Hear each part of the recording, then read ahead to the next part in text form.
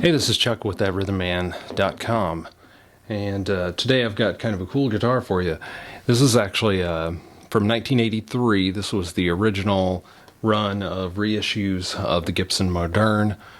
And I guess you'd call it a reissue, even though I guess apparently, as far as I can tell, nobody knows for sure if an original 1950s one exists. But it's pretty cool. This is when Gibson was first starting to do some of these reissues. Like they started doing some of the reissue Les Pauls, which people often refer to as the prehistorics. And so they did this run of these, which they actually, unlike the ones that they just recently did, these have Carina bodies, just like it was originally intended. And ends up coming in, probably because of that, at a fairly light 7 pounds 13 ounces, which is pretty light for a big slab of wood like this. This is far less than the Gibson RD Artist, which I just recently had. You know, those were made out of maple, and that one weighed over 10 pounds. This has a cool black finish, which is the less common finish. You see, it's all original. It has the original tuners, the original Tim Shaw pickups, which do date to 1983 also. Pots all date to 1983. Soldering all looks original. You know, these are pretty cool. They actually have the ABR1 bridge, like you would expect from if it were a 50s Gibson. The action is really great on this guitar, and the combination of this wood and these pickups make this guitar really, I think, extremely versatile. This one's pretty clean, has a few pick scratches, a couple of tiny dings here and there. It does have one chip that I can show you right at there, and the headstock has that really cool headstock with the logo that I think looks a lot like the logos that you would see on cars, a long time ago. I don't think anybody's using that kind of a logo on cars anymore, but they certainly used to. Has these cool pulleys, which allows the strings to make that bend without hitting the other tuners. And I think it's a really cool guitar. You have to kind of hold it like you might a Flying V, because it's got that similar kind of shape, and if you hold it this way, it'll tend to just slide off. But of course, that's not a problem if you have it on a strap, which it sits nicely on.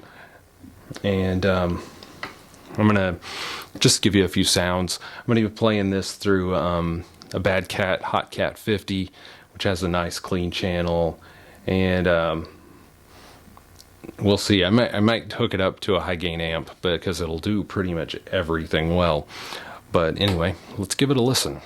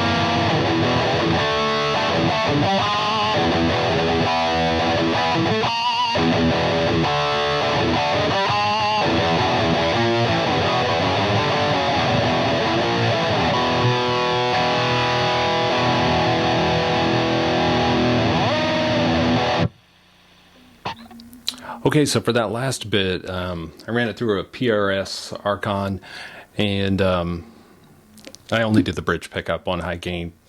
But I think that probably gives you a pretty good idea of what you could do with this, which is just about anything.